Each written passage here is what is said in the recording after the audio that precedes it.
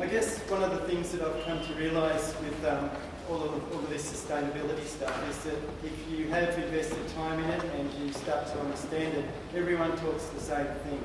So there's a number of principles that are the key principles that govern the whole area, and depending on your opportunities to incorporate all of those will I guess produce a cost benefit and I guess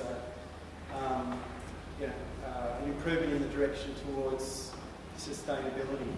In my case, because I was building a new house, I had an open book and an opportunity to build as much as I could.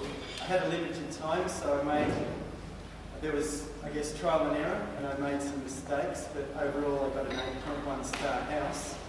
And in the first 12 months, instead of having a net situation where I've got bills, I've actually made money.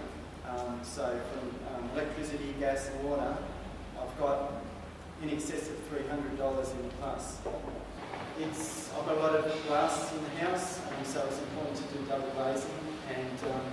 But whenever you've got windows, it will be one of the key areas where you have temperature loss or gain through. So I've had to pay extra money to have internal curtains and in some cases external blinds.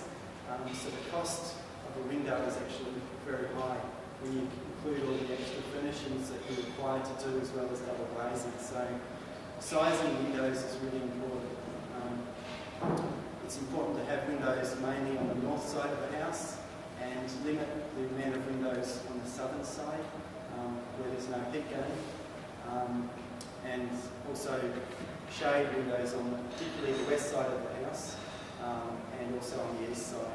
So there's guiding principles that are in all the manuals available. Ceiling fans, we implemented them to obviously bring the perceived temperature down in summer mainly, and they're fairly cost effective and they're low wattage, so they're a good thing to introduce instead of using air conditioning.